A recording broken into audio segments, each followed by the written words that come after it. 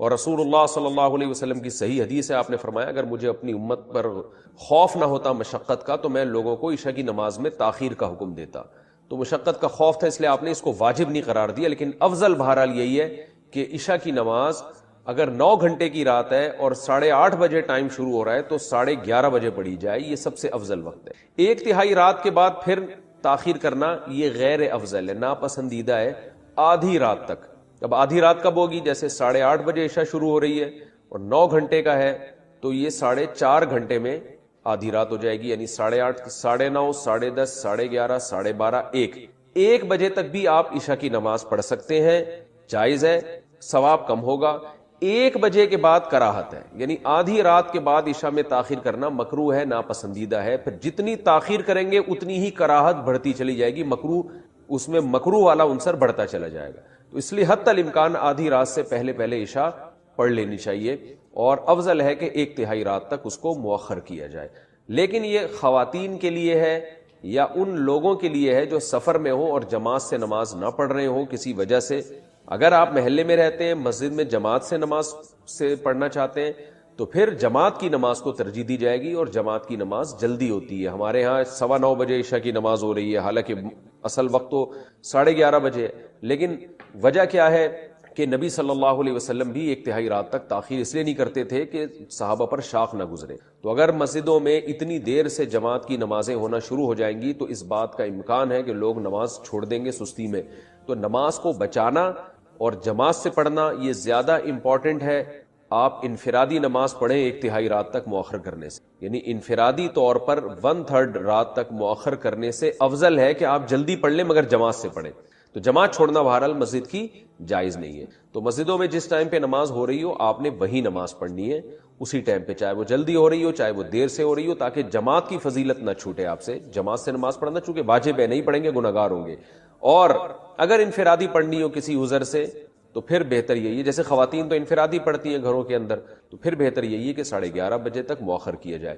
لیکن یہ بھی اس خاتون کے لیے افضل ہے جس میں نیند کا بہت زیادہ غلبہ نہ ہو اور یہ بھی خطرہ نہ ہو کہ اتنی دیر سے سونے میں فجر قضا ہونے کا خطرہ نہ ہو.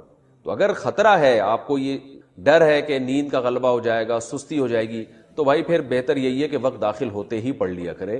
جیسے ہی وقت داخل ہو پڑھ لے تاکہ قضا ہونے کا خطرہ ختم ہو جائے. وہ آیتوں میں اللہ نے کیا فرمایا؟ الا المصلین.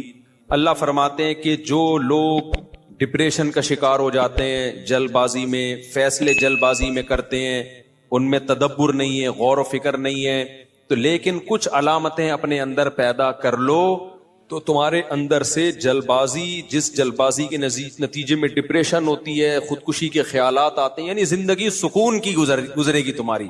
اس کے لیے چند کام کرنے پڑیں گے. نمبر 1، نماز کی مکمل پابندی. آپ یقین کر لو جتنا ڈپریشن سے نماز بچاتی ہے نا، کوئی چیز نہیں بچاتی. اسٹریس اور ڈپریشن کی 20 گولیاں ایک طرف، جس کا نماز میں دل لگ گیا نا بس اس کی زندگی مزے کی بن جاتی ہے. اور نماز میں دل نہ لگ رہا ہو نا، کئی رکعتیں پڑھو ہمت کر کے، اصول بنا لو، جس کام میں دل نہیں لگتا نا وہ کام کرنا شروع کر دو، دل لگے گا اور پھر ڈبل لگنا شروع ہو جاتا ہے. میں بہت سی مثالیں دیتا ہوں نا، دوڑا نہیں جاتا چلنا شروع کرو، چلا نہیں جاتا ہلکا ہلکا چلو، اپنے نفس پہ بوجھ ڈالو. دیکھو یہ ٹینشن سے بچنا ایسی چیز ہے، جو ٹینشن سے دور بھاگتا ہے نا ٹینشن اس کے پیچھے آتی ہے، اور جو ٹینشنیں پالتا ہے وہ ہمیشہ ٹینشن فری زندگی گزارتا ہے. وہ ٹینشن ہے جو جائز ٹینشن ہے، جو صحت کے لیے مفید ٹینشن ہے، ان کی بات کر رہا ہوں میں. تو جو لوگ آپ نے دیکھا ہوگا محنتی ہوتے ہیں، سارا دن کام کاج میں مشغول رہتے ہیں، وہ خوش ہوتے ہیں، ہے یا نہیں؟ گھروں میں جو 2 طرح کی خواتین ہوتی ہیں، ایک پھوڑ، نہ کام نہ کاج، کچن گندا پڑا ہوا ہے، واش روم پیمپر بچے کے اتارے یوں پھینک دیے. آپ دیکھنا ان خواتین کی طبیعت میں چڑچڑاپن بہت ہوتا ہے، جھنجھلانا. ذرا سے کوئی نصیحت کرو آگے سے جھنجھلا کے جواب لو، ہر وقت ایسا لگتا ہے وہ توے پہ بیٹھی ہوئی ہے، خود بھی ٹینشن اور دوسرے کو بھی ٹینشن. لیکن آپ نے دیکھا گھروں میں جو خواتین بہت محنتی ہوتی ہیں، بچوں کی کیئر، شوہر کی مرضی کا خیال، گھر کو صاف ستھرا رکھنا ہر وقت، وہ خوش ہوتی ہیں. مردوں میں بھی ایسا ہی ہے. جتنے لڑکے آپ کے پوستی ہیں گھر کے اندر پڑے ہوئے کچھ نہیں کر رہے، ایسا لگے گا جیسے وہ توے پہ بیٹھے ہوئے ہیں. باپ کوئی نصیحت کرتا ہے ایک دم کیا ہو جاتے ہیں، وہ ہائپر ہو جاتے ہیں. آپ لوگوں نے خود بھی نوٹ کی ہے نا یہ بات. وجہ کیا ہے کہ جو آدمی کام کاج کی ٹینشن نہیں لیتا نا، تو اللہ اس کو اسٹریس میں ڈال دیتے ہیں. جو محنت کے کام نہیں کرتا اسٹریس میں ڈال دیتے ہیں اس کو, ہر وقت ٹینشن ہے, چڑچڑاپن پیدا ہوتا ہے. اور جو محنتی ہوتے ہیں صبح اٹھے ٹھک ٹھک ٹھک اپنے کام نمٹائے. میں اپنا بتا دوں, جس دن میں کوئی ٹاسک پوری کرتا ہوں کہ مجھے خیال ہوتا ہے آج میں نے یہ کام نمٹانا ہے, تو وہ نمٹا دیتا ہوں. خدا کی قسم ایسا سکون ملتا ہے نا کہ بیان نہیں کیا جا سکتا. وہ آپ بھی کر کے دیکھ لو, آپ ایک اسکیجول بناؤ کہ آج دن میں نے یہ سارے کام کرنے اور مغرب تک میں ان کاموں سے فارغ ہو جاؤں گا. دیکھو آپ کام کرنے کے بعد جب فراغت ہوگی آپ کو ایسا سکون ملے گا کہ آپ کو سکون کے لیے کسی ٹیبلٹ کی ضرورت نہیں رہے گی. تو آج کل ڈپریشن اور اسٹریس کی جو بیماریاں پھیل رہی ہیں اس کی ایک بہت بڑی وجہ بیکاری. بس ہر آدمی چاہتا ہے میں لائف کو انجوائے کروں, یوں کر کے بیٹھا رہوں, انجوائے کروں, پھر ٹک ٹاک دیکھتا رہے گا اور گھماتا رہے گا, دیکھ یہ والا دیکھ لیا, یہ والا دیکھ لیا. ہوتے ہوتے لاشعوری طور پر وہ آپ کے دماغ کو اندر سے ڈیمیج کر رہا ہے, آپ کو پتا بھی نہیں ہوتا. اس میں سیاسی خبریں آ رہی ہیں, کوئی دوسرے کو گالی, وہ اس کو گالی, وہ فلانا ایسا, وہ ڈمکانا ایسا, کارٹون بنا بنا کے سیاسی لیڈروں کے مذاق. آپ کو پتا نہیں ہوتا کہ یہ چیز آہستہ آہستہ آپ کے دماغ کو کیا کر رہی ہے, ہلکا ہلکا ڈیمیج. تو نماز انسان کے نا کا شیڈول بنا دیتی ہے. ہم نے جتنے بڑے لوگوں کو دیکھا ہے وہ کیا کر رہے ہوتے ہیں, وہ اپنے ٹائمنگ کیسے فکس کرتے ہیں. کافر کیسے کرتے ہیں, 8 بجے یہ کرنا ہے, 9 بجے یہ, 10 بجے یہ, شام 4 بجے یہ. نمازی کیا کرتا ہے, فجر کے بعد کی یہ روٹین, فجر سے پہلے کی یہ روٹین, ظہر کے بعد کی, بولو نا یار, یہ روٹین, عصر کے بعد کی یہ روٹین, عصر سے پہلے کی یہ روٹین, مغرب کے بعد کی. اور یہ جو نمازوں کے ٹائم ہے نا, کمال کی بات پتہ ہے کیا ہے, یہ نیچرل ہے, گھڑی نیچرل نہیں ہے. نہیں آئی بات. سورج جب نکلتا اور غروب ہوتا ہے نا تو فطری طور پر انسان کی باڈی کے اندر تبدیلیاں آ رہی ہوتی ہیں, فطری طور پر. تو اسلام چونکہ دین فطرت ہے نا, تو اس نے اوقات بھی کیسے رکھے ہیں, نیچر کے حساب سے رکھے ہیں. تو نمازوں کے حساب سے اپنے آپ کو فٹ کرو گے زیادہ سکون رہے گا, کیونکہ دن کی روشنی میں انسان کا مزاج الگ طریقے سے کام کر رہا ہوتا ہے, رات کے اندھیرے میں الگ طریقے سے ہوتا ہے. تو اللہ نے کیا فرمایا کہ الا المصلین الذین هم علی صلاتهم دائمون, یہ لوگ نمازوں میں پابندی کرتے ہیں. تو آج سے عزم کرو کسی قیمت پہ بھی نماز انشاءاللہ ضائع نہیں کریں گے. اور سب سے زیادہ سکون اللہ نے فجر کی نماز میں رکھا ہے. تھوڑی سی ٹینشن ہے بھائی, اٹھا لو, لیکن پڑھ کے جب سلام پھیرو گے نا آپ کو لگے گا یار آج تو ہٹو بچو ہو گیا ہے. ہمارے ایک دوست تھے, نمازی تھے لیکن اڑاتے بھی بہت تھے نماز, ہے نا. اب وہ بہت پرانی بات ہے, 15-20 سال پرانی بات, بالکل ینگ تھے تو نائٹ فال بھی ہو جاتا ہے جوان آدمی کو. ایک دن کیا ہوا, میں نے ان کو بولا بھائی آپ کو سفر میں حضر میں کہیں بھی ہونا, آپ نے غسل کر کے نماز پڑھنی ہے. وہ جاب کرتے تھے کسی کمپنی میں, انہوں نے کہا یار ادھر کہاں میں رات کو سوؤں اور نائٹ فال ہو جائے, کون غسل کرے گا, کیا ہے بھائی بڑی ٹینشن ہے یار. میں نے کہا یہ عزم کر لو کچھ بھی ہو آپ نے غسل کر کے نماز بولو پڑھنا, کچھ بھی ہو جائے. پانی کا انتظام کیسے کرنا یہ آپ کا ہیڈک ہے, کرنا ہے. تو اللہ انہیں جزائے خیر دے, انہوں نے ہماری وصیت پر عمل کیا. ایک دن پھر انہوں نے بتایا کہ سردیاں تھیں, غسل فرض ہو گیا, صبح پریشان ہوں کہاں سے پانی لے کر آیا, کہیں جنگل منگل میں ہو گیا, کوئی پروجیکٹ ہوتا ہے نا, پانی لایا اور پھر کس طریقے سے میں نے بڑی ٹینشن میں سردی میں غسل کیا. کہتے ہیں خدا کی قسم اس کے بعد جو نماز پڑھی ہے, ان کے الفاظ ہیں, اتنا لطف اور اتنا مزہ آیا کہ اب میں آگے کہہ رہا ہوں ہٹو بچوں ہو گیا. یہ ہٹو بچوں ان کے نہیں تھے, یہ میرے الفاظ. اتنا مزہ آیا. تو انسان ٹینشن اٹھا کے جو کام کرتا ہے لطف اور مزہ بولو اسی میں ہے. چھٹی والے دن جب مزہ آتا ہے جب ورکنگ ڈیز کے بعد چھٹی آئے. روزانہ ہی اگر چھٹیاں ہوں تو مزہ آئے گا. ابے دیکھو سنڈے کو لوگوں کی چھٹی ہوتی ہے, ہم لوگ مدرسے میں تو جمعے کو ہوتی ہے. سنڈے کی چھٹی کا مزہ جب ہے جب منڈے کی چھٹی نہ ہو, اور ٹیوزڈے کی بھی نہ ہو, وینسڈے کی بھی نہ ہو, تھرسڈے کی بھی نہ ہو, فرائیڈے کی بھی نہ ہو, تب جا کے سنڈے کی چھٹی کا مزہ آتا ہے. لیکن اگر ہر دن سنڈے ہے تو پھر کوئی بھی دن سنڈے نہیں ہے. نہیں آئی نا, یہی تو مسئلہ ہے. تو کچھ کرنے کے بعد جب چھٹی ہوتی ہے تو مزہ ہوتا ہے. چھٹی چل رہی ہے پاگل ہو جائے گا آدمی. ہمیں یاد ہے پورے سال میں نا مدرسے میں ہماری 2 مہینے کی چھٹیاں ہوتی تھیں, اب بھی 2 مہینے کی ہوتی ہیں, لیکن طالب علمی کے دور میں تو بہت ٹف لائف تھی ہماری. پورا ہفتہ مدرسے میں رہنا پڑتا تھا ہمیں. ہم لوگ جمعرات کو عصر کی نماز کے بعد نکلتے تھے, چھٹی ہوتی تھی جمعرات کو. عصر کے بعد 1.5 سے 2 گھنٹے میں گھر پہنچے, رات ہو گئی. 1 ہفتے بعد پہنچے, اور اگلے دن عصر ہم نے مدرسے میں پڑھنی ہوتی تھی, تو چند گھنٹے کی چھٹی. یہ روٹین جب پورے سال ہوگی تو جب 2 مہینے کی چھٹیاں آنے والی ہوں گی تو خوشی سے کیا عالم ہوگا, کیا عالم ہوگا نا خوشی سے. تو ایسی خوشی ہوتی تھی یار ابھی 2 مہینے تک بالکل ہی ویلے ہونے والے ہم. اتنی خوشی ہوتی تھی کہ 1 مہینہ پہلے سے خوشی میں نیند اڑ جاتی تھی کہ چھٹی آنے والی.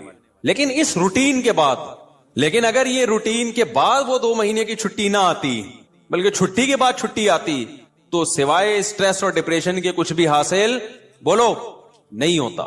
یہ میں پوری تقریر آپ کو سمجھانے کے لیے کر رہا ہوں کہ اپنے آپ کو پریشانیوں میں یعنی ورک کی ٹینشن میں, کاموں کی ٹینشنوں میں ڈالو گے تو سکون ملے گا, اور اگر صرف سکون کی خاطر فارغ رہنا سیکھو گے تو سکون نہیں ملے گا آپ کو.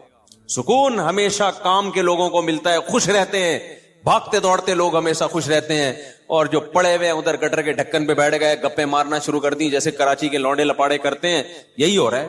بیٹھے تو اٹھ ہی نہیں رہے, نہ نماز کے ٹائم پہ اٹھ کے جا رہے ہیں, کچھ بھی نہیں, بیٹھے ہیں. آپ کیا کر رہے ہیں, پان سے ایک پیک نکال کے ادھر پھینکی, پھر اٹھ کے گھر گیا, وہاں تھوڑی سی ابا سے صلواتیں سنی, سو رہا ہے تو پھر ٹک ٹاک پہ لگ گیا, لگے پوری رات گزر گئی, پھر اپنی مرضی سے سو گیا, پھر اٹھ گیا, پھر جب سوتے سوتے تھک گیا تو اٹھ گیا, تھک گیا تو کیا ہو گیا, اڑ گیا. اب کیا کریں, وہی کریں جو کل کیا تھا, دوبارہ سے اسی ڈھکن پہ جا کے بیٹھو. ہو سکتا ہے 2-4 بے وقوف ابھی بھی وہیں بیٹھے ہوئے ہو, پھر دوبارہ ڈھکن پہ جا کے. گٹر کے ڈھکن تو جو چوری ہونے سے بچ گئے ہیں نا, وہ یہی والے ڈھکن ہیں جن پہ لوگ آ کے بیٹھتے ہیں, باقی تو سارے چوری ہو گئے.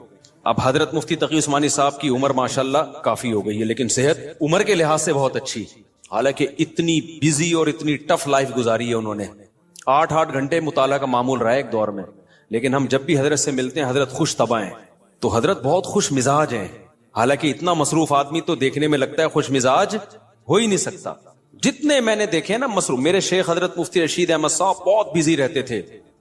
حضرت تو اتنے بزی تھے, حضرت فرماتے تھے کہ اپنی زندگی کا شیڈول ایسا بنانا چاہیے کہ ایک بوتل میں پانی بھرا ہوا ہے, بوتل میں کیا ہے, پانی بھرا ہوا, اور ڈھکن لگا دیا آپ نے.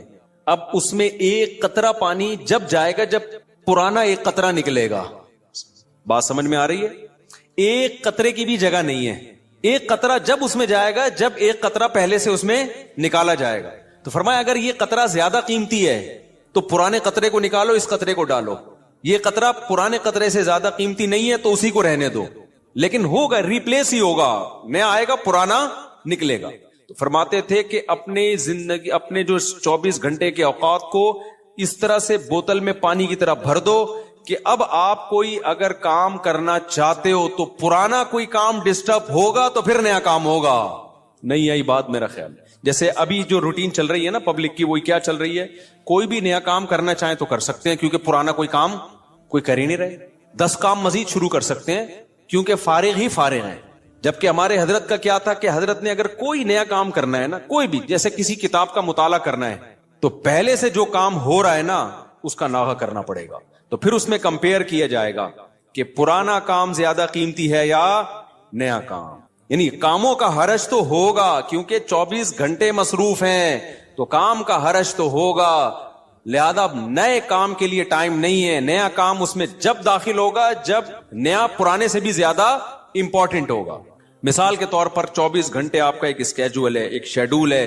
اب نیا کام کیا ہے, آپ کی بچی بیمار ہے, ایمرجنسی میں ہاسپٹل لے کے جانا ہے, لیکن آپ کا وہ مطالعے کا ٹائم ہے یا ورزش کا ٹائم ہے یا اور کوئی بزی یا اس جاب کا ٹائم ہے. تو اب آپ کیا کرو گے بھائی, نقصان تو ہوگا, آفس کا ناغہ تو ہوگا, لیکن اب یہ کام ان تمام کاموں سے زیادہ اہم. بچی کی جان تو بچانی ہے نا, یا اپنی جان ہو یا بچی کی جان ہو. تو اس طرح سے ہونا چاہیے. آپ کہہ سکتے ہیں لو بھائی یہ تو زندگی کا مزہ ہی کرکرا ہو جائے گا, 24 گھنٹے اپنے آپ کو ایسا بزی بنا کے رکھو, یہ تو انسان نہیں, یہ تو گدھا ہو گیا نا. میں سمجھا پا رہا ہوں اپنی بات جو میں بیان کر رہا ہوں, مجھے لگ رہا ہے آپ کے چہروں سے ایسا لگ رہا ہے کہ شاید میں سمجھا نہیں پا رہا. بھائی آپ کہیں گے کہ ہمیں اپنے آپ کو خوش رہنے کے لیے, شریعت پہ چلنے کے لیے 24 گھنٹے ہمیں اپنے آپ کو کیا رکھنا ہے, بزی رکھنا ہے. تو یہ تو انسان نہیں, یہ کیا ہو گیا بھائی, گدھا. تو گٹر کا ڈھکن کہاں گیا اس میں, تو زندگی کا مزہ ہی کرکرے ہو گئے. تو دیکھو 24 گھنٹے بزی رکھنے کا مطلب یہ نہیں ہے کہ مطالعے میں, پڑھائی میں اور ہر وقت ایسے کاموں میں جس سے تھکاوٹ ہی ہو, بلکہ اس میں تفریح بھی, وہ بھی ضروری کاموں میں داخل ہے. دوستوں سے کبھی کبھار بیٹھ کے گپ شپ بھی ان ضروری کاموں میں, کیونکہ دماغ کو فریش رکھنے کے لیے ضروری ہے کہ کبھی کبھار گٹر کے ڈھکن پہ جا کے بیٹھا کرے, تھوڑا ابے تبے کے ماحول میں دوست احباب سے بات چیت کر لیا کرے, تھوڑا سا ریلیکس رہے گا اور سوسائٹی میں ان رہے گا.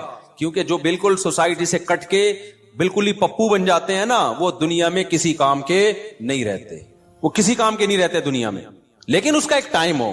میں اپنے دوستوں میں ایسے لوگوں کو جانتا ہوں, ہمارے ساتھ گپ شپ تھی ان کی گپ شپ بھی ٹائم سے ہوتی تھی. اس وقت وہ ہم آج وہ بہت بڑے عہدوں پہ پہنچے ہوئے ہیں. بھی چند دن پہلے ایک کا فون بھی آیا, کیا آپ وہی طارق مسعود ہو جو ہمارے ساتھ کھیلا کرتے تھے, گپ شپ تھی. میں نے کہا ہاں. میں نے کہا آج کل کیا وہ بہت بڑا آفیسر بن چکا ہے, وہ نام نہیں بتاؤں گا میں, بہت بڑی فلم بن گیا بھائی وہ. لیکن اس کی روٹین کیا تھی مجھے یاد ہے. اس کی روٹین یہ تھی کہ بیٹھے ہیں نا دوست احباب تھڑے پر, ہاں چل رہا ہے, ٹائم دیکھا یار 1 گھنٹہ ہو گیا بس, یا آدھا گھنٹہ ہو گیا, کہتے میرا اسٹڈی ٹائم شروع ہو گیا. اتنے نیک بچے کراچی میں پائے نہیں جاتے, لیکن وہ تھا. یہ بات کر رہا ہوں جب ہم 16-17 سال کے تھے, اس وقت گپے مار رہے ہیں.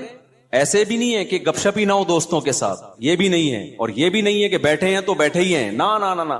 اس نے ٹائم ایک بنایا ہوا تھا, گھر کا ماحول ایسا تھا نا, تو اب آ کے بیٹھے ابھی گپ شپ شروع کر دی. اور بھائی ہاں ہی باتیں, کرکٹ ہم ساتھ کھیلا کرتے تھے, کرکٹ کی باتیں چل رہی ہیں, گپ شپ ہو رہی ہے. یار میرا اسٹڈی ٹائم شروع ہو رہا ہے, میں جا رہا ہوں. ہم کہتے تھے یار عجیب انسان ہے بھائی, اتنا نیک آدمی. تو یہ ہے کہ یہ نہیں کہ آپ نے دوستوں کی محفلیں بالکل چھوڑ دی, گپ شپ بالکل چھوڑ دی, کھیل کود بالکل چھوڑ دیا, لیکن اس کو بھی اپنے شیڈول کا حصہ بنانا ہے. اس کو بھی جتنا ٹائم بنتا ہے اتنا دینا ہے. اب ہو یہ رہا ہے کہ کوئی پلاننگ نہیں ہے, کوئی روٹین نہیں ہے, تو ہم اپنی زندگی اپنی مرضی سے نہیں چلا رہے, ہمیں کوئی اور چلا رہا ہے. اور پتہ ہے کون ہے؟ اس کو پیار سے شیطان کہا جاتا ہے. ہمیں کون چلا رہا ہے؟ شیطان بتاتا ہے اب اڑ جا, کیونکہ سو کے اب تو تھک گیا ہے. تو ہم کہتے ہیں چلو بھائی اب اڑ جاتے ہیں. شیطان بتاتا ہے کہ دوبارہ سو جا. اتوار کو لوگ کیا کرتے ہیں چھٹی والے دن, 12 بجے سو کے اٹھیں گے, اس کے بعد حلوہ پوری, وہ نہیں رش ہوتا, اتنا بھاری بھرکم ناشتہ کریں گے کہ آدھے گھنٹے بعد دوبارہ سے غنودگی شروع. لہذا دوبارہ شیطان کیا کہتا ہے, اب دوبارہ کیا بنتا ہے؟ سونا بنتا ہے. دوبارہ سو گئے, تو سارا دن سوئے, ساری رات سوئے. تو میرے بھائی خوش رہنا چاہتے ہو نا, تو اپنی روٹین بناؤ اور روٹین کو اپنے تابع رکھو, نہ یہ کہ آپ شیطان کے تابع بن جاؤ. بار بار میں ایک مثال دیتا ہوں, گھوڑے کی لگام اگر آپ کے ہاتھ میں ہوگی تو گھوڑا آپ کی مرضی سے سفر کرے گا. ابھی ہو یہ رہا ہے کہ ہم نے اپنی لگام گھوڑے کے ہاتھ میں پکڑا دی ہے, گھوڑا ہمیں بتاتا ہے کہ تو نے کدھر جانا ہے. بڑے لوگوں کی ایک بڑی زبردست بات ہے کہ اگر آپ کی زندگی گزارنے کی اپنی کوئی پلاننگ نہیں ہوگی تو آپ کسی دوسرے کی پلاننگ کا حصہ بن جاؤ. دیکھو یہ چرسی ہیروئنچی ہے نا, ان کی اپنی کوئی پلاننگ نہیں ہوتی زندگی گزارنے کی, یہ ہوتی ہے. اگر انہوں نے پلاننگ سے اوقات طے کیے ہوتے کہ ہم نے یہ کرنا ہے, صبح اٹھ کے یہ کرنا ہے, دوپہر یہ کرنا ہے, شام کو یہ کرنا ہے, اپنی پلاننگ ہوتی تو چرس پیتے ہی ہے. کیا ہو گیا بھائی, بولو نا, نہیں پیتے. اپنی کوئی پلاننگ نہیں تھی, ایم ہی اٹھ کے ایک دن نکلے, ایک دوست نے چرس پکڑائی. تو اب یہ کس کی پلاننگ کا حصہ بن گئے؟ چرس اور ہیروئن کے جو اسمگلر ہے نا, ان کی پلاننگ تھی ہم نے پیسہ کمانا ہے, تو وہ کروڑ پتی بن گئے, کیونکہ ان کی کوئی پلاننگ نہیں تھی. تو یہ لوگ ان کی پلاننگ کا حصہ بن کے انہوں نے اپنا بیڑا غرق کر دیا, ان کو ارب پتی بنا دیا. ہر دفعہ ایسا ہی ہوتا ہے. آپ کی اپنی پلاننگ نہیں ہے کہ میں نے کتنی دیر فیس بک پہ بیٹھنا ہے, کتنی دیر یوٹیوب پہ بیٹھنا ہے, بس آپ نے بیٹھ گئے تو کوئی پلاننگ نہیں ہے. تو آپ دیکھتے جا رہے ہو, دماغ آپ کا خراب ہو رہا ہے. یہ اس نے اس کو گالی دی, اس نے 80 لیٹر کا کارٹون بنا دیا. اپنی کوئی پلاننگ نہیں ہے کہ میں نے دیکھنا کون سا چینل ہے, کتنی دیر دیکھنا ہے, معلوماتی چینل دیکھنا ہے, ادھر ادھر دائیں بائیں چیزیں میں نے نہیں دیکھنی. نیوز بھی ایک حد تک دیکھنی ہے, بس اتنی کافی ہے ہمارے لیے آج کی تاریخ میں. یہ تھوڑی کہ نیوز ہی سنتے چلے جاؤ. کیا تحقیق کرنی آج میں نے؟ اگر نہیں ہے نا تو آپ دیکھتے چلے جاؤ گے.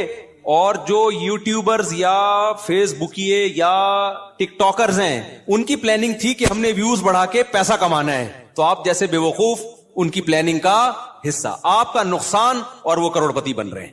نہیں آئی بات؟ میرا خیال ہے دیکھو یوٹیوبرز ویورز کے لیے کیا کرتے ہیں.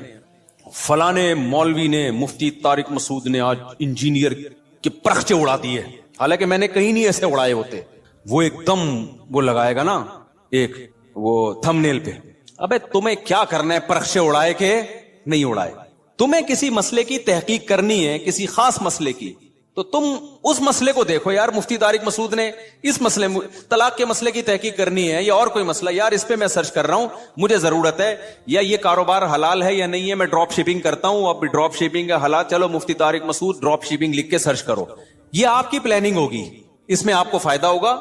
لیکن ہو کیا رہا ہے, یوٹیوبر اٹریکٹ کرنے کے لیے تھمبنیل پہ عنوان لگائے گا, مفتی طارق مسعود دوبارہ جہلم. کل ایسا ہی ہوا, میرے سامنے آتا ہے, میں نہیں دیکھتا, کہ یار میں حالانکہ میں دیکھ سکتا ہوں نا کہ کیا کہا ہے بھائی اس نے. کل ایک میرے سامنے سے ویڈیو گزری, اس پہ لکھا مفتی طارق مسعود دوبارہ جہلم پہنچ گئے. میں کراچی میں بیٹھ کے دیکھ رہا ہوں, میرا بھی دل چاہ رہا تھا نا میں کلک کروں, کیا خیال ہے کہ یار میرے بارے میں جھوٹ کیوں بولا, کیا بولا, لیکن میں نہیں کیا کلک. میں نے کہا وہ بے وقوف ہے, ہم تھوڑی بے وقوف ہیں بھائی, ہمیں پتا ہے جھوٹ ہے. جھوٹ آگے ہو سکتا ہے اندر جو مضمون ہو وہ یہ ہو کہ جانا چاہ رہے تھے لیکن نہیں گئے, ہو سکتا ہے یہ لکھا ہوا اس نے, یہ لکھا ہوا ہو, لیکن سچ لکھا ہے جھوٹ لکھا ہے, میں کیا کروں گا, میرا تو ٹائم ویسٹ ہوگا نا, میں کام کی چیز دیکھوں نا. لیکن میں نے ویوز دیکھے پبلک کا رجحان دیکھنے کے لیے کہ پتہ نہیں کتنے ویوز آئے ہوئے تھے اس پہ, اور جا کے لے کے کمنٹس میں گالیاں دی ہوں گی لوگوں نے کہ بھائی کیا کر رہا ہے, جھوٹ کیوں بول رہا ہے.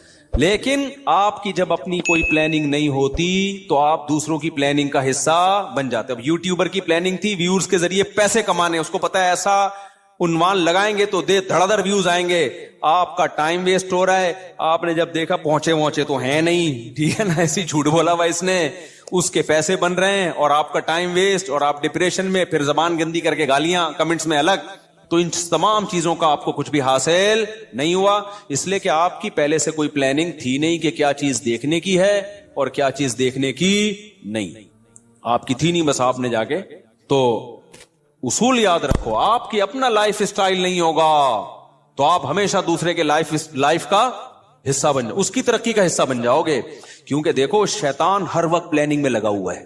یا تو ہوتا نا شیطان بھی پلاننگ نہ کر رہا ہوتا, ہم بھی پلاننگ نہ کرتے, تو نہ ہمیں کوئی نقصان ہوتا نہ شیطان کو کوئی فائدہ ہوتا, نہ ہمیں فائدہ ہوتا نہ نقصان ہوتا. لیکن ہو یہ رہا ہے کہ ہم اگر پلاننگ نہیں کرتے تو ہماری پلاننگ کون کر دیتا ہے, شیطان.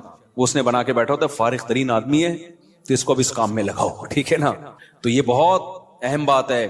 تو اپنے جو لائف اسٹائل کو چینج کریں, ان میں اس کی معمولات کی ابتدا کہاں سے ہوگی, نماز سے. سمجھتے ہوگے نہیں سمجھتے, ابتدا کہاں سے ہوگی یار, سب سے پہلے کیا کرنا ہے, نماز ٹھیک کرنی. اب شیطان دوسرا حملہ کرے گا آپ کے اوپر, شیطان سے بڑی فلم اس کائنات میں پیدا نہیں ہوئی ہے. شیطان کہے گا ٹھیک ہے پہلے نماز تو شروع کر لے, پھر باقی چیزیں چرس بات میں چھوڑ دینا. اور یہ جو گٹر کے ڈھکن پر پوری رات بیٹھا رہتا ہے, یا انٹرنیٹ پر 6 گھنٹے بیٹھا رہتا ہے, ہر وقت ٹک ٹاک پہ بیٹھا رہتا ہے, یہ اگلے اسٹیپ میں پہلے نماز, تو نہ نماز صحیح ہوگی نہ اگلا اسٹیپ شروع ہوگا. یہ ایسا ہی ہے جیسے ہم کہتے تھے ہفتے کے دن سے ہم پڑھائی شروع کریں گے, 1 جنوری اگلے سال کی 1 جنوری سے. وہ 1 جنوری کبھی آتی ہے یا 1 محرم کبھی آتا ہے, وہ کبھی بھی نہیں آئے گا. جب جنوری آئے گی نا, آپ بولو کہ اسلامی سال سے کروں نا, 1 محرم سے کروں گا, میں مسلمان ہوں, میں انگریز تھوڑی ہوں. نہ وہ 1 محرم کبھی آئے گا نہ وہ 1 جنوری. حافظوں کو نا پہلا پارا بہت پکا یاد ہوتا ہے, پتہ ہے کیوں؟ حافظوں کو جوش اٹھتا ہے, یار کچا ہوتا جا رہا ہے, اب دوبارہ سے یاد کرو. تو پہلے پارے سے شروع کرتے ہیں, اس کے بعد جوش ٹھنڈا ہو جاتا ہے, پھر بھولنا شروع کر دیتے ہیں, پھر ناغے کرتے ہیں, پھر کئی دنوں کے بعد خیال ہوتا ہے یار قرآن بھولتا جا رہا ہوں, دوبارہ شروع کرو, پھر پہلا پارا. تو پہلا پکا ہو جاتا ہے, باقی سارا ایسے کہ ایسے ہی رہتا. تو اس لیے پلاننگ میں یہ ہو کہ سب سے پہلے نماز کو مضبوط کرنا ہے, لیکن یہ نہ ہو کہ جب تک نماز ٹھیک نہیں ہوگی باقی چیزیں ٹھیک نہیں ہیں. سب چیزوں کو ایک ساتھ ٹھیک کرنا ہے, سمجھ رہے ہو؟ جس نے یہ کیا نا پہلے یہ پھر وہ, تو نہ یہ ہوگا اور نہ وہ ہوگا. اور ہر کام میں ایکسیلنسی پیدا کرنے کی کوشش تو کرنا ہے, لیکن اگر نہ ہو تو اس کام کو چھوڑنا نہیں ہے, گرتے پڑتے کرنا ہے. آپ نے نیت کر لی, جیسے نمازی بننا چاہتے ہو نا, تو نیت کرنی پڑے گی میں 40 دن تکبیر اولیٰ سے نماز پڑھوں گا, ایک نماز بھی میں 40 دن تک تکبیر اولیٰ سے نہیں چھوڑوں گا. یہ ہے ایکسیلنسی. لیکن اب کیا ہوگا, 2-4 دن کے بعد تھوڑا جوش ہلکا ہوا, ایک دن تکبیر تحریمہ کا ناغہ ہو گیا, تکبیر اولیٰ کا ناغہ ہو گیا, یہ نماز کا ناغہ ہو گیا. شیطان کہے گا تیرے بس کا نہیں ہے, اب نہیں ہو سکتا. شیطان سے بولو میں نے ریکارڈ تو بنانا ہی نہیں ہے بھائی, ہو گیا نا دوبارہ سے شروع کر دوں میں, کیا خیال ہے؟ کیونکہ یہ انسان کے ساتھ ہوتا ہے, بہت مشکل ہے بھائی بالکل ایک دم سے ایکوریٹ ہو جانا. گرتے پڑتے ہی لوگ اللہ کی طرف جاتے ہیں. اگر سارے ایک دم سیدھے چلنا شروع ہو جاتے تو یہ حدیث پھر کیوں ہوتی کہ نبی صلی اللہ علیہ وسلم نے فرمایا, اللہ تعالیٰ فرماتے ہیں من تقرب الی شبرا تقربت الیہ باعا, جو ایک بالش میری طرف چل کے آتا ہے میں ایک ہاتھ اس کی طرف چل کے جاتا ہوں, اور جو میری طرف چل کے آتا ہے اتیتہ ہرولا, میں اس کی طرف دوڑ کے جاتا ہوں. یہ حدیث ہے ہی یہ سمجھانے کے لیے کہ آپ پہل تو کرو, آنا تو شروع ہو, گرتے پڑتے ہی آؤ. کچھ آپ کرو گے, کچھ کون کرے گا, کچھ اللہ کرے گا. تو کیا کرنا ہے بھائی, اپنے شیڈول کو, اپنے اسکیجول کو تبدیل کرنے کے لیے سب سے پہلے ابتدا کہاں سے کرنی ہے, نماز سے. بھائی اب زندگی میں نماز کبھی بھی نہیں چھوٹے گی. اب نماز میں اپنے آپ کو پابند کرنے کے لیے چند چیزیں ہیں. سب سے پہلا کام کیا کرنا ہے؟ ایک دم سے قضاء عمری شروع نہ کرو, زیادہ بوجھ ہو جائے گا. قضاء عمری تو پڑھنا لازم ہے, لیکن پہلے تھوڑا سا اپنے آپ کو ادا نمازوں کا عادی بنا لو. 40 دن تو بناؤ نا کم از کم عادی, پھر اس کے بعد قضاء عمری شروع کرو. ایک دم سے زیادہ بوجھ آ گیا تو نہ ادھر کے رہو گے نہ ادھر کے رہو گے. ایک دم سے نا ایک دم امام مہدی بننے کی کوشش کرتے ہیں لوگ, ایسے ایک دم صوفی بنے گا, جا رہا ہے, قضاء عمری بھی چل رہی ہے ساتھ ساتھ, آج لگتا ہے کہ بس یہ کہاں پہنچ گیا ہے. وہ بخار ہوتا ہے, چند دنوں میں وہ کافور ہو جاتا ہے, اڑ جاتا ہے وہ. تو نماز کا عادی بنانے کے لیے کرنا کیا ہے؟ اپنے اوپر کوئی جرمانہ رکھنا ہے, سزا رکھنی. بھائی مجھ سے اگر فجر کی نماز چھوٹ گئی تو اس دن ناشتہ بولو نہیں کرو. ناشتہ اسی دن ہوگا جس دن فجر کی نماز ہوگی. سزا دو اپنے آپ کو. حکیم اختر صاحب رحمہ اللہ تعالی فرمایا کرتے تھے, یہ کتنی بڑی بے غیرتی ہے کہ اللہ نے کہا تھا نماز پڑھو فجر کی, آپ اللہ کا حکم آپ سے اتنا سا پورا نہیں ہوا اور صبح پراٹھے کھانے کے لیے ناشتے پہ بیٹھ جاتے. کتنی بڑی بے غیرتی ہے نا, کہ اللہ کی نعمتوں سے تو پھوڑنے کے لیے آ جاتے ہیں, بس جو اللہ نے کام لگایا وہ ہو نہیں رہا. تو غیرت کا تقاضا بھی ہے, فجر گئی تو ناشتہ بھی گیا. اے اللہ اب ہمارے منہ سے تو نوالا اترے گا نہیں. کتنا مزہ آتا ہے صبح ناشتہ کرنے میں نا, آپ کو نہیں آتا, مجھے تو بہت آتا ہے. خیر, کتنا لطف ملتا ہے جب بھوک لگ رہی ہو اور انسان مزے کا ناشتہ کرے. تو یہ اللہ ہم سے کام بہت کم لیتا ہے, نعمتیں ہمیں بہت زیادہ دیتا ہے. اور اس فجر پڑھنے میں بھی ہمارا ہی فائدہ ہے, سکون ہمیں ہی مل رہا ہے, صحت بھی اچھی ہوتی ہے, جلدی اٹھنے میں آکسیجن ملتی ہے. اور صبح کی جو دھوپ ہے نا, یہ جو ٹھنڈی دھوپ ہوتی ہے صبح کی, سرخ دھوپ, یہ وائٹامن ڈی بہت تیزی سے بڑھاتی ہے باڈی میں لگے. دھوپ ویسے بھی وٹامن ڈی بڑھاتی ہے, چاہے دوپہر کی دھوپ ہی ہو, لیکن جب سورج سرخ ہوتا ہے یہ والی دھوپ بہت زیادہ آپ کی باڈی کو مضبوط کرتی ہے, ہڈیوں کو مضبوط کرتی ہے. تو ہمارا ہی فائدہ اس میں. تو اپنے آپ کو نماز کا پابند بنانے کے لیے کیا کرنا ہے؟ بھائی فجر چھوٹ گئی, ناشتہ گیا. ظہر چھوٹ گئی تو کچھ پیسے رکھ لو. ہر آدمی اپنے حساب سے پیسے رکھے کہ اتنے پیسے میں. اب میں یہ نہیں کہوں گا کہ ظہر چھوٹ گئی تو لنچ بھی گیا, کیونکہ سزا اتنی دے انسان جتنی ایفورڈ کر پائے, ورنہ ہوگا یہ کہ آپ نہ سزا پہ عمل کرو گے نہ نماز. بہت زیادہ سزا دینا بھی ٹھیک نہیں ہے. اب مثال کے طور پر آپ نے کہا کہ فجر گئی تو میں اپنی گردن ہی اڑا دوں گا, تو کون اڑائے گا بھائی؟ خام وہ بات کرو نا جو پاسبل ہے. یا فجر ہو گئی تو اپنے آپ کو سگریٹ, فجر گئی تو سگریٹ سے جلاؤں گا اپنے آپ کو, تو سزا اتنی جو ایفورڈ. یا فجر گئی تو 10 لاکھ روپے صدقہ کروں گا, ایسا نہیں ہوتا. نہ 10 لاکھ صدقہ کرے گا بھائی, اتنا نیک ہوتا تو پڑھی نہ لیتا. تو سزا اتنی ہونی چاہیے جو اتنی ہلکی بھی نہ ہو کہ کوئی تکلیف ہی نہ ہو, اور اتنی بھاری بھی نہ ہو کہ سزا ہی نہ دی جا سکے. وہ ہر آدمی خود فیصلہ کرے اپنے بارے میں. تو اور نبی صلی اللہ علیہ وسلم نے ارشاد فرمایا, دیکھو اسلام میں جتنی فضیلت نماز کی ہے کسی حکم کی اتنی فضیلت نہیں ہے. آپ صلی اللہ علیہ وسلم نے فرمایا, دیکھو قیامت کے دن جب اللہ کا دربار لگے گا, ہم دنیا میں جب کوئی بڑی مجلس ہوتی ہے تو ایسی محفل میں جہاں کوئی حاکم وزیر اعظم آیا ہوا ہو, ہر ایک کی کوشش ہوتی ہے آگے. ڈاکٹر ذاکر نائک کا جب پروگرام, کتنے لوگ یار ہمیں آگے سیٹ مل جائے, ہمیں آگے سیٹ مل جائے. تو یہ تو کچھ بھی نہیں ہے بھائی. اصل تو وہ دربار ہوگا جو اللہ کا لگے گا قیامت کے دن. تو اس میں جس کو آگے سیٹ ملے گی نا, حقیقت میں وہ واقعی فخر کرے گا. تو نبی صلی اللہ علیہ وسلم نے فرمایا اس دن آگے کا ٹکٹ کس کو ملے گا؟ حدیث کا مفہوم بیان کر رہا ہوں کہ نمازوں میں جو سب سے آگے ہوا کرتے تھے, اگلی صف میں ہوا کرتے تھے, کیونکہ اللہ کا ایک دربار دنیا میں لگتا ہے جس میں اللہ نظر نہیں آتا ہمیں, بس ایمان لائے ہیں بھائی اللہ کا دربار ہے, تو وہ غیب ہے. تو اس میں جو آگے آگے ہوگا, تو جب سچی مچی کا دربار لگے گا جس میں اللہ موجود ہوگا, تو نبی صلی اللہ علیہ وسلم نے فرمایا جو صف میں سب سے آگے ہوتے تھے قیامت کے دن بھی وہ اللہ کے ہاں سب سے آگے ہوں گے, اور جو صفوں میں جتنا پیچھے ہوتے تھے قیامت کے دن بھی وہ صفوں میں اتنا پیچھے ہوں گے. کچھ لوگوں کی عادت ہوتی ہے ایک رکعت نکالنا فرض ہے. ہمارے محلے میں ایک صاحب ہوا کرتے تھے, فجر میں لازمی ایک رکعت نکلتی تھی ان کی. اچھا فجر 5 بجے ہو رہی ہے تو وہ 5:05 پہ آ رہے ہیں.